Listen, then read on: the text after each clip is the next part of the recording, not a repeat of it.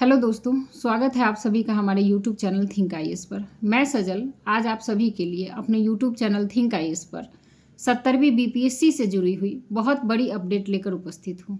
दोस्तों, हम सब के लिए और आप सभी के लिए, जितने भी 70वीं बीपीएससी के जितने भी अभ्यर्थी हैं, उन सब के लिए बहुत मुश्किल दौर चल रहा है, क्योंकि आप सभी को पता ही होगा कि 70वीं बीपीएससी प्रीलिम्स एग्ज़ाम जो 13 दिसंबर को कंडक्ट हुआ है, उसमें बापू सेंटर की परीक्षा तो रद्द कर दी गई है, लेकिन बाकी जो 911 सेंटर पर 38 जिले, बिहार के 38 जिले के 911 सेंटर पर जो एग्ज़ाम कंडक्ट कराए गए थे प्रीलिम्स एग्ज़ाम, उसमें भी बच्चों के अपने अपने बच्चों ने अपने अपने स्वयं के वीडियो को बनाकर सोशल मीडिया पे अपलोड किया है, यूट्यूब के माध्यम से, एक्स के माध्यम से और विभिन्न सोशल मीडिया साइट्स के माध्यम से, कि हमारे सेंटर्स पे भी धांधली हुई है। ऐसे में आयोग का उन पर कोई ध्यान न देना, यह क्या दर्शाता है? यह दर्शाता है कि आयोग तनाशाह हो गई है। हमारे जो बिहार की सरकार है, क्या वह विद्यार्थी के हितों को अनदेखा कर रही है? क्या आयोग को और सरकार को कोई फर्क नहीं पड़ता कि बच्चों के भविष्य के साथ कितना बड़ा खिलवाड़ किया जा रहा है या कितना बड़ा खिलवाड़ हो सकता है? कुछ अधिकारी, कुछ भ्रष्टाचारी की वजह से 70वीं बीपीएससी में इतना बड़ा कांड हो गया और आयोग का इस पर इतना बेबस रुख हमने इससे पहले कभी नहीं देखा था, और यह बहुत दुखद है, यह निंदनीय है। आयोग का यह रवैया कि केवल बापू सेंटर के एग्ज़ाम्स को कैंसिल करना, यह क्या दर्शाता है? यह दर्शाता है कि एक जगह का मामला तूल पकड़ा, बापू सेंटर्स के एग्ज़ाम को लेके बहुत हंगामा मचा मीडिया में, तो आपने उसको रद्द करने का फैसला किया। वो भी कब? बापू एग्ज़ाम, बीपीएससी प्रीलिम्स एग्ज़ाम 13 दिसंबर को कंडक्ट हुआ। 13 दिसंबर को आपने उस पर कोई बात नहीं करी। 14 दिसंबर भी बीत गया, 15 दिसंबर भी बीत गया, 16 दिसंबर को आपने जाके संज्ञान लिया कि ठीक है, हम बापू सेंटर्स पे जो एग्ज़ाम कराए गए उसको कैंसिल किया जाता है। क्या इतनी भर आपकी जिम्मेवारी बनती है? क्या आयोग की जिम्मेदारी सिर्फ इतनी है कि जिस सेंटर को लेके हो हंगामा किया जाए, मीडिया में बहुत बवाल मच जाए, केवल उसी सेंटर्स को कैंसिल करना? ये क्या साबित करना चाहते हैं आप आखिरकार एक पीसीएस स्टूडेंट्स को क्या समझ के रखे हैं? क्या आयोग की कोई जिम्मेवारी नहीं बनती? क्या उनकी कोई नैतिक जिम्मेवारी नहीं? क्या बिहार सरकार की कोई नैतिक जिम्मेवारी नहीं बनती है विद्यार्थियों के प्रति? एग्ज़ाम हो गया, आप जिन डीएसपी साहब का नाम आता है, पता चलता है कि दिन में उसका नाम होता है, उनको जेल भेजा जाता है और शाम तक उनकी ज़मानत हो जाती है। ये कौन सा सुशासन का सरकार है? आखिरकार नीतीश कुमार को सामने आना चाहिए, हमारे माननीय मुख्यमंत्री जी को, और उन्हें यह बताना चाहिए कि ये कैसी सुशासन सरकार है उनकी, जो पेपर लीक, 70वीं बीपीएससी पेपर लीक कांड में इतने बड़े दोषी पाए गए और उनको सुबह जेल भेजा जाता है और शाम तक उनको जमानत मिल जाती है। यह कहाँ तक उचित है? इसका जवाब तो हमारी सरकार को देना होगा, इसका जवाब बिहार के मुख्यमंत्री को देना पड़ेगा। और आयोग की बात करते हैं, 70वीं बीपीएससी जो एग्ज़ाम हुआ है, क्या बिहार की व्यवस्था इतनी कमज़ोर है कि 70वीं बीपीएससी जैसी परीक्षा वो कंडक्ट कराने में असफल रही है? और पिछले कुछ वर्षों का इतिहास अगर आप देखेंगे पीसीएस एग्ज़ाम का, तो क्या पहले भी पेपर लीक हुए भिन्न भिन्न एग्जाम्स में बिहार में? तो क्या उन पेपर लीक कांड से बिहार की सरकार, बिहार की व्यवस्था, शासन और प्रशासन और बीपीएससी आयोग क्या कुछ भी सीख नहीं पा रही है कि पेपर को कैसे कंडक्ट कराना है, कैसे उसको मैनेज करना है? केवल अपने मुंह मियाँ मिट्ठू बनना है कि कैसे कि हम कदाचार मुक्त परीक्षा लेंगे, हम ये करेंगे, हम वो करेंगे। आखिर क्या करेंगे आप? और करेंगे तो कैसे करेंगे? इसका कोई फिक्स ढांचा आपके पास नहीं है कि आप प्रशासन के सहयोग से, आप सरकार के सहयोग से, आप इतने बड़े आयोग है देश में, बीपीएससी इतनी बड़ी सीटों पे एग्ज़ाम्स कंडक्ट कराई 13 दिसंबर को, क्या उसको पहले से नहीं पता था कि बापू सेंटर्स में जो हुआ, आयोग का तर्क था कि 12,000 बीपीएससी प्रीलिम्स एग्ज़ाम जो बापू सेंटर में हुआ, मैं बापू सेंटर की ही बात कर लेती हूँ, उसमें ही आयोग हम बच्चों को जवाब दे दे कि आखिरकार वो कैसे मैनेज करेंगे। बीपीएससी का तर्क था कि बापू सेंटर में 12,000 स्टूडेंट्स का एग्ज़ाम दिया गया था। उन्हें पहले से पता था कि बापू सेंटर्स में 12,000 बच्चों का बीपीएससी का प्रीलिम्स एग्ज़ाम है। उन्हें यह भी पता था कि एक कमरे में कितने बच्चों का एग्ज़ाम्स पड़ा है। क्या बीपीएससी ने बाकी सेंटर्स पे जैसे तय किए कि पहले से सीट प्लान किया गया था, पहले से उसमें काउंटिंग कराई गई थी कि एक कमरे में इतने बच्चे हैं तो कितने, उस हिसाब से, बच्चों के हिसाब से और सील्ड में जितने भी पेपर रखे गए थे, नंबर ऑफ जितने भी क्वेश्चन पेपर थे, उस हिसाब से कमरा वाइज प्रोवाइड कराया गया था। क्या उसको नहीं पता था कि 200 समथिंग बच्चों का एक कमरे में सिटिंग कैपेसिटी है? पहले से सीट प्लान किया गया है। तो क्या हम पहले से ही ऐसी तैयारियां करें जिससे कि प्रश्न पत्र को बांटने में कोई देरी ही ना हो? क्या बीपीएससी को बाद में पता चलती है कि बच्चे अचानक से प्रकट हो गए थे, एक कमरे में बहुत ज़्यादा संख्या उनकी बढ़ गई थी, जिससे बीपीएससी को एग्जाम कंडक्ट कराने में और हमारे जो केंद्राधीक्षक थे बापू सेंटर्स के, उनको दिक्कत हो गई। 11 बजे से प्रवेश बंद हो जाता है, बच्चों का प्रवेश नहीं लिया जाता है कि 11 बजे तक ही हम प्रवेश देंगे। एडमिट कार्ड पे क्लियरली लिखा हुआ था। अगर आप 11 बजे बच्चों को एग्जाम सेंटर्स में प्रवेश दे रहे हैं, अपने बच्चे अपने अपने कमरे में बैठ जाते, 1 घंटे का समय होता है आपके पास इन सारी चीज़ों को मैनेज करने के लिए, फिर आपका पेपर कैसे कम पड़ जाता है? आपने क्या समझ के रखा है कि आप आएंगे, प्रेस कॉन्फ्रेंस करेंगे और कुछ भी बोलेंगे और लोग उसको मानेंगे, बच्चे उसको एक्सेप्ट करेंगे, क्योंकि बच्चे कुछ नहीं कर सकते।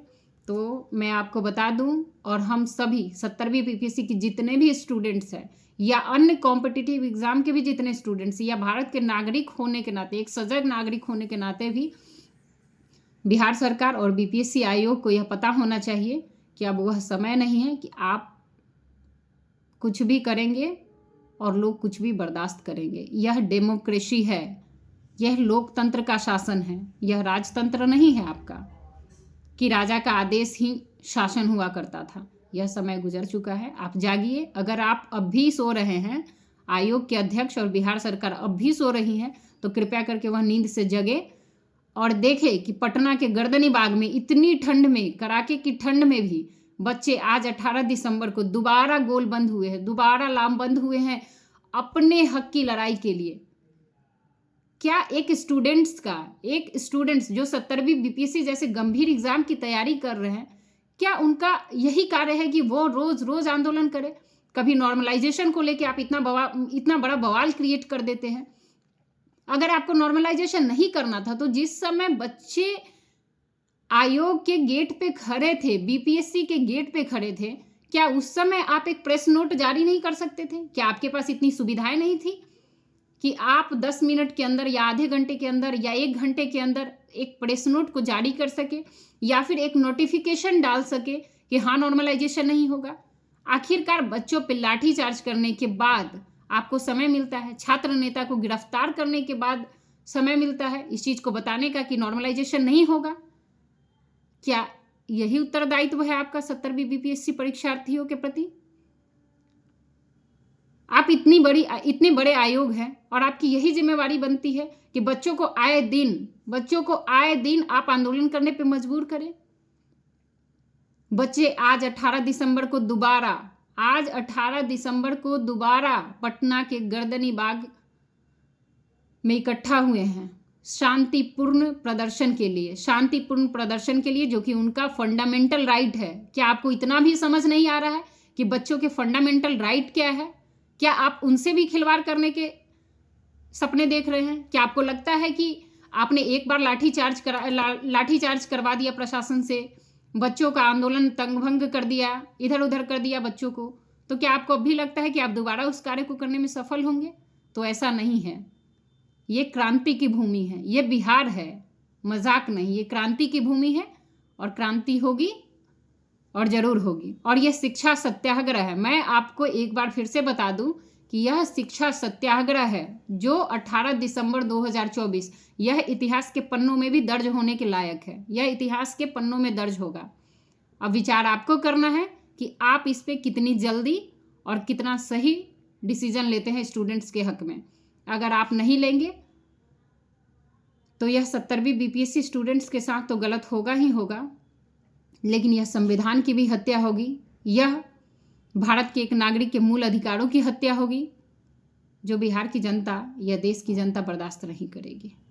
इसका ध्यान आपको रखना पड़ेगा।